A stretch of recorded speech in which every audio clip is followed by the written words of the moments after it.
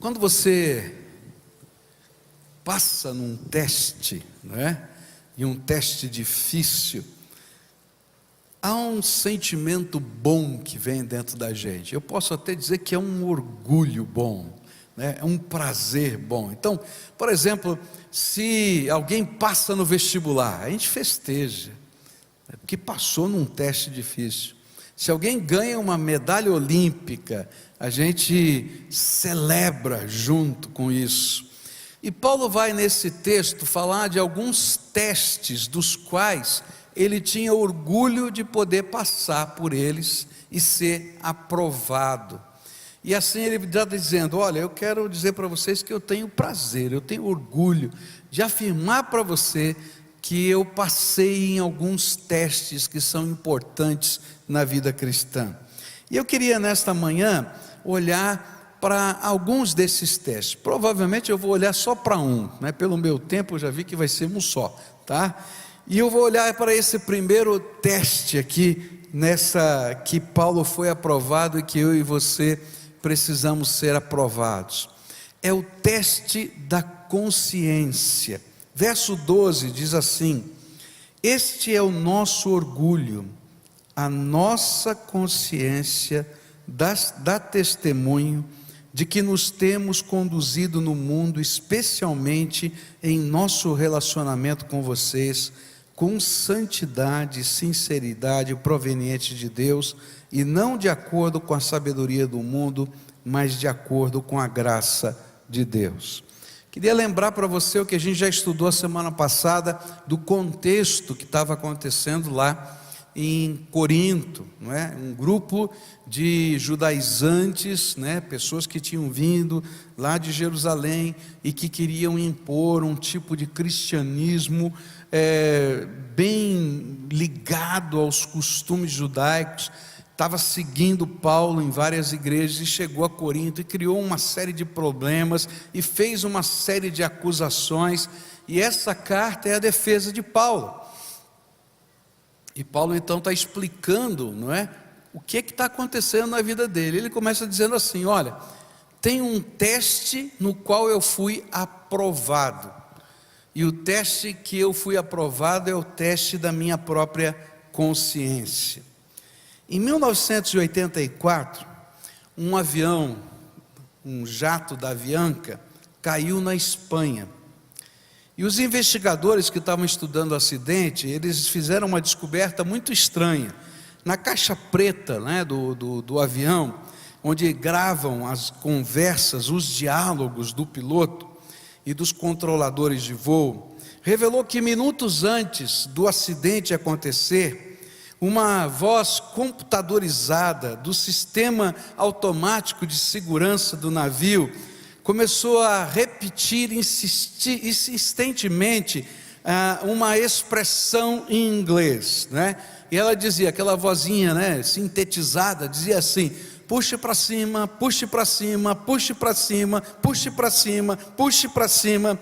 E aí o piloto inexplicavelmente retrucou em espanhol: cala-te, gringo! E desligou o sistema. E alguns segundos depois, ele bate na montanha. Caiu. Porque não ouviu a voz de segurança que estava dizendo: você tem que levantar o voo aí, você está voando baixo.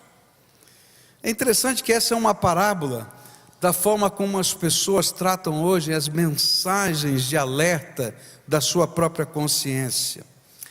A consciência, ela foi projetada, construída, colocada por Deus no quadro de controle da alma humana como um sistema de alerta.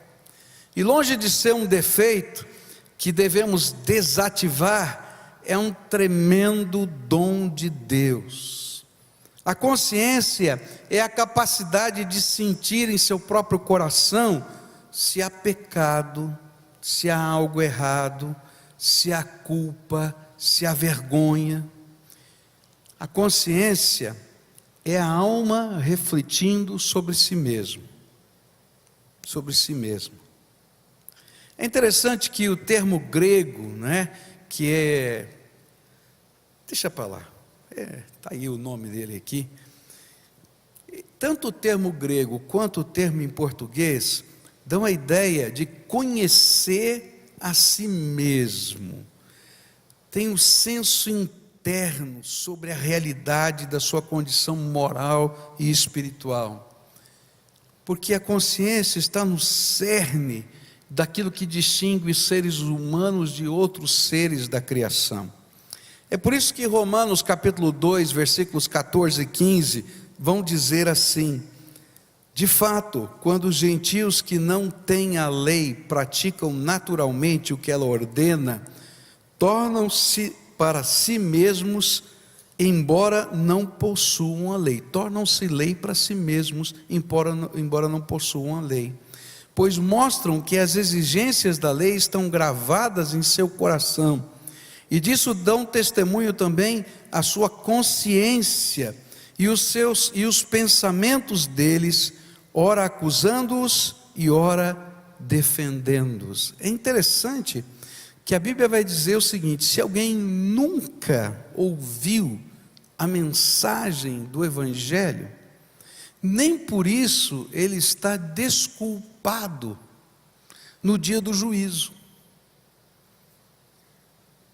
Sabe por quê? Porque existe uma lei dentro de cada ser humano que foi colocada por Deus na criação, que é a sua própria consciência, que diz o que é certo e o que é errado. Você pode nunca ter lido a Bíblia, mas você sabe quando você está fazendo uma coisa certa ou quando você está fazendo uma coisa errada. Por quê? Porque existe algo de Deus lá dentro da gente que está ensinando a gente. Agora, hoje a gente vive numa cultura que sistematicamente tem tentado silenciar a nossa consciência. E o objetivo, às vezes,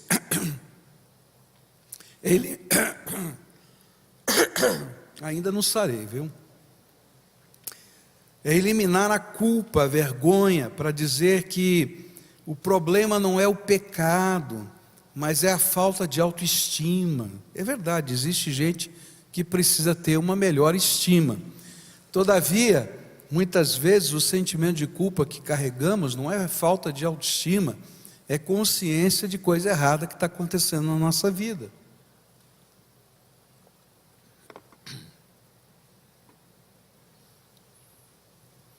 Agora, a consciência não é a mesma coisa que a voz de Deus, nem é a mesma coisa que a lei moral. A consciência é humana, é colocada por Deus, mas ela é humana, e ela pode ser deturpada na vida humana. Eu posso cauterizar a minha consciência. Por isso, se você quer tirar o máximo daquilo que Deus já colocou em você, que é a sua consciência, você deve informar a sua consciência com os padrões mais altos que possam existir do ponto de vista moral e espiritual. E esses padrões vêm da palavra de Deus. Quanto mais você lê a palavra de Deus, quanto mais você conhece a palavra de Deus, quanto mais a palavra de Deus vai entrando dentro da sua alma, pode ter certeza que a sua consciência vai ficar melhor, porque ela vai poder ministrar sobre a tua vida. Eu gosto muito da história de Pinóquio. Você gosta da história do Pinóquio? Não é? Pinóquio era um boneco de madeira. E esse boneco de madeira, ele começa a viver. Só que ele quer virar um menino. Essa é a grande história. Ele quer virar um menino. E ele não consegue ser um menino ainda. Ele é um boneco de madeira que fala, que anda, que acontece, mas ele ainda não desenvolveu as capacidades de ser gente. E aí então Gepeto dá um presente para ele. Você lembra qual foi o primeiro presente? O grilo falante. E o grilo falante era o quê? A consciência de Gepeto. Ou não, de Gepeto não, de Pinóquio. Mas o grilo falante não resolveu o problema. E aí ele teve que ter um outro componente, que foi o nariz, né? E a gente lembra rápido do nariz, porque à medida que ele mentia, o que acontecia? O nariz crescia e ficava aparente para todo mundo. Eu acho interessante essa história porque tem tudo a ver com isso. A consciência fala com a gente, dentro da gente, mas as consequências do nosso pecado falam com todo mundo. Falam com a gente, e quem está perto da gente pode ver o que está acontecendo de errado na vida. E o pior é que, assim como o nariz de Pinóquio está crescendo, e ele mesmo não vê que cresceu, às vezes a gente não enxerga as consequências do pecado na nossa própria vida. Mas na medida em que nós vamos conhecendo a verdade de Deus e obedecemos à consciência, essa consciência também nos recomenda. Ela não somente nos acusa, mas ela nos elogia, ela nos traz alegria, ela nos afirma, ela nos dá paz, ela nos dá contentamento, porque passamos no teste da consciência. Infelizmente, a maioria das pessoas da nossa sociedade respondem às suas consciências tentando silenciá-las. E muita gente hoje, nos dias de hoje, está fazendo como aquele piloto, né? À medida que a consciência vai falando, suba, né? Suba, ele, cala-te, gringo, está me atrapalhando aqui. Não está atrapalhando, está dizendo para você que você vai se esborrachar aí na frente. E o pior é que nos dias de hoje a gente vai encontrar 1 milhão de conselheiros que irão ajudar a gente no processo de silenciar a nossa consciência. A Bíblia nos ensina que tal atitude produz uma cauterização da consciência e a construção de uma sociedade sem limites. Queridos, pode ter certeza que aquilo que a gente está vivendo no Brasil tem tudo a ver com falta de consciência moral, com falta de consciência ética, com falta de consciência espiritual na nossa nação. Olha só o que a Bíblia diz em Tito 1,15: para os puros todas as coisas são puras, mas para os impuros e descrentes nada é puro. De fato, tanto a mente como a consciência deles estão corrompidas. O que Paulo está dizendo aqui é que à medida que a minha consciência vai sendo corrompida, eu enxergo a realidade de modo diferente. O presidente da República acho que não tem crime nenhum. Falar de juiz comprado, de procurador da República, de dar mensalinho ou mensalão, né, para bandido, está tudo normal. Senador da República recebe 2 milhões de propina e diz que não, é um empréstimozinho, sim, sem nenhum problema. Esses são os de hoje. Mas lembram dos de ontem, de anteontem? E se a gente está vivendo o que a gente está vivendo hoje, que não é não ter remédio nos hospitais, não ter leito, não ter máquina funcionando, ou as máquinas que vão nos atender nos hospitais estão lá nos porões, encaixotadas, porque não tinha dinheiro para fazer a estrutura para instalar as máquinas, mas tinha dinheiro para comprar a máquina, porque havia propina na compra da máquina. Qual é o problema? Sempre foi assim. Cala-te, gringo. É isso que a gente está ouvindo aqui, vendo. 2 Timóteo 3, de 1 a 5, diz assim: saiba disso, nos últimos dias sobrevirão tempos terríveis. Os homens serão egoístas, avarentos, presunçosos, arrogantes, blasfemos, desobedientes aos pais, ingratos, ímpios, sem amor pela família, irreconciliáveis, caluniadores, sem domínio próprio, cruéis, inimigos do bem, traidores, precipitados, soberbos, mais amantes dos prazeres do que amigos de Deus, tendo aparência de piedade, mas negando o seu poder. Afaste-se desses também. Gente, que texto atual!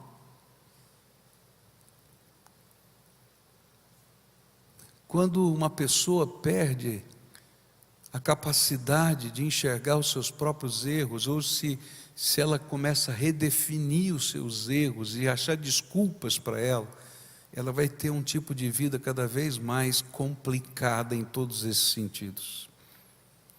E quando muita gente faz isso, uma sociedade se corrompe. 1 Timóteo 4,2 diz assim: tais ensinamentos vêm de homens hipócritas e mentirosos, que têm a consciência cauterizada. Eu estava conversando com uma jovem, estava se preparando para o casamento, e havia uma grande luta, porque ela queria se guardar para a sexualidade dentro do casamento, como a Bíblia ensina. Era uma pessoa mais madura. O seu namorado, noivo, não me lembro bem nessa época se já era noivo, também era uma pessoa madura. Ela da nossa igreja e ele de uma outra igreja. E ela então disse: olha, eu vou me guardar para o casamento. Ele disse: não, você é tola. Que isso? Isso é para adolescente. Nós já somos adultos responsáveis. Nós podemos resolver essa questão de outra maneira. Ela disse: não, a Bíblia diz isso, não importa a idade. E aí então, eles foram procurar, a pedido, ele foi procurar, melhor, o pastor dele. E o pior, é que o pastor dele disse: é verdade, vocês já são maduros. Eu fiquei com a raiva daquele pastor. Vai ler a Bíblia, homem. Mas sabe o que é isso? É quando uma sociedade com os seus valores entra dentro da igreja, até na mente dos seus pastores e dos seus líderes. E sabe o que é pior? É que isso, eu não estou falando só apenas na questão da sexualidade, eu estou falando em vários outros aspectos da vida, onde a gente vai assimilando aquilo que é o curso desse mundo, que é ditado por Satanás e que cauteriza a nossa consciência e faz com que os nossos valores morais e espirituais sejam degradados.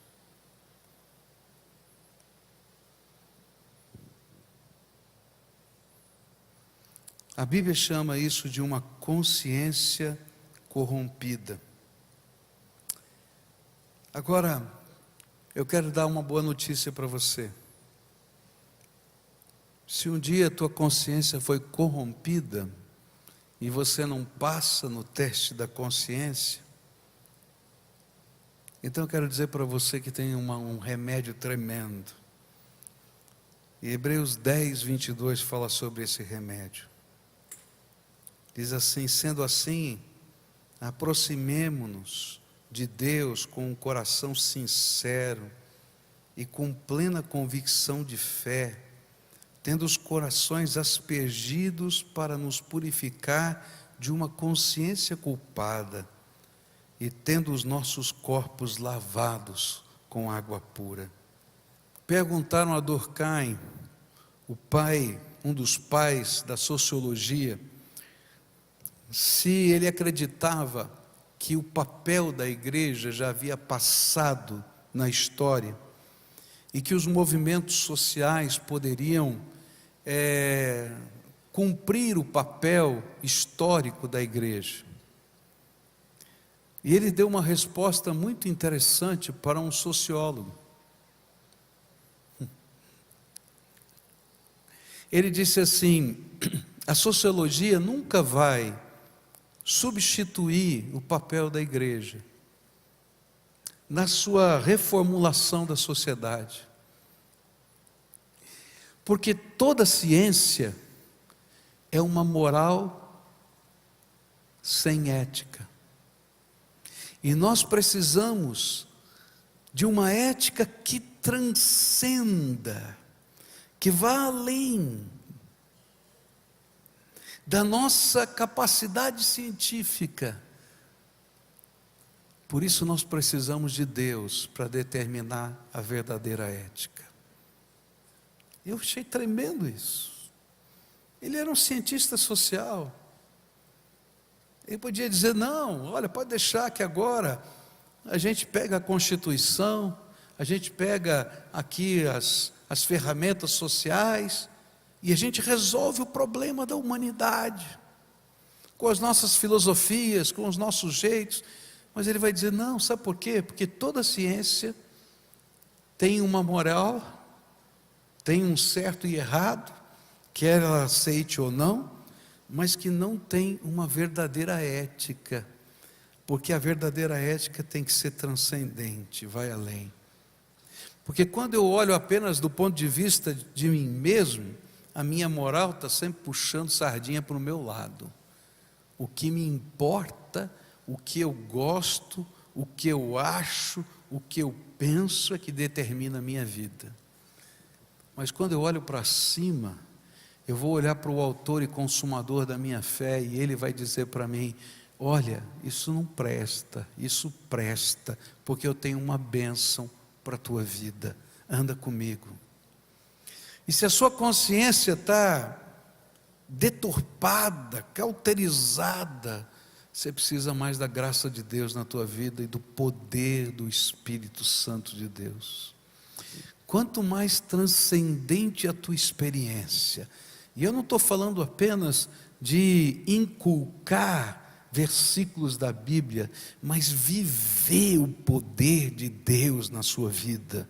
Quanto mais transcendente a sua experiência com o Deus vivo, tanto mais forte vai ser a tua consciência, porque o temor do Senhor é o princípio de toda sabedoria. É isso que a Bíblia diz. Agora Paulo estava dizendo: vocês me acusam de tantas coisas, mas eu posso dizer para você, diante de Deus, que eu passei no teste da consciência. Passei no teste da consciência porque no passado eu fui perseguidor da igreja, e se eu tinha condições de me sentir culpado, pode ter certeza que eu já me senti. Mas foi o sangue de Cristo que se ofereceu por mim, que purificou a minha consciência. Olha só o que diz Hebreus 9,14: quanto mais o sangue de Cristo, que pelo Espírito eterno se ofereceu de forma imaculada a Deus, purificará a nossa consciência de atos que levam à morte, para que sirvamos ao Deus vivo. Eu estou aqui porque o sangue de Jesus me lavou. Eu estou aqui porque o Espírito de Deus me encheu. Eu estou aqui, apesar de tantas acusações, servindo ao Senhor, porque eu sei quem é o dono da minha vida. Agora a minha pergunta é: como é que vai o seu teste da consciência? No que ela diz para você, você está aprovado, e no que ela diz para você: olha, toma cuidado, nessa área da tua vida, olha para cima, sobe um pouquinho, eleva um pouquinho os teus valores, olha para cima. Em que área você precisa de transformação? A consciência não tem poder de nos transformar, ela só tem poder de mostrar para a gente o que precisa ser mudado. O poder de transformação vem da graça de Deus, nessa relação transcendente e poderosa. Quem me transforma é o Espírito Santo de Deus, que enche a minha vida, o meu coração, e começa a mudar de dentro para fora, gente. E nessa manhã eu queria orar com você, como a gente sempre faz, todos os cultos a gente faz assim, porque eu acho que é tão importante a gente responder à voz do Espírito. Todos nós passamos pelo teste da consciência. E é interessante que o teste da consciência está instituído no memorial que nós celebramos todos os meses, na ceia do Senhor. Paulo vai dizer a essa igreja que antes de tomar do pão, pegar o pão e comer, antes de beber do vinho, eles deveriam fazer o quê? Examinarem-se a si mesmos. para depois comer do pão e depois beber do vinho. E não era para a gente se autopunir, dizer, olha, não vou comer do pão porque não passei no teste. Não, era antes de comer do pão e antes de beber do vinho, dizer, Senhor, transforma a minha vida, porque nessa área da minha vida eu preciso de transformação, eu preciso de poder do Senhor, eu preciso de invasão do teu reino dentro de mim. E quero dizer para você que quando o Senhor invade a nossa vida, essas coisas que parecem impossíveis de serem transformadas, elas são transformadas, não apenas perdoadas, mas transformadas pela graça do Todo-Poderoso. Por isso eu queria orar com você. Hoje é dia de confissão, hoje é dia de entrega, hoje é dia de buscar essa infusão do poder de Deus que liberta. Talvez haja na sua vida algumas áreas que você está lutando, ou quem sabe até algumas que você já parou de lutar porque você já descobriu tantas desculpas, talvez milhares de desculpas, para dizer que não adianta lutar. Mas quando você lê a palavra de Deus, você sabe que aquilo que está lá na palavra é verdade.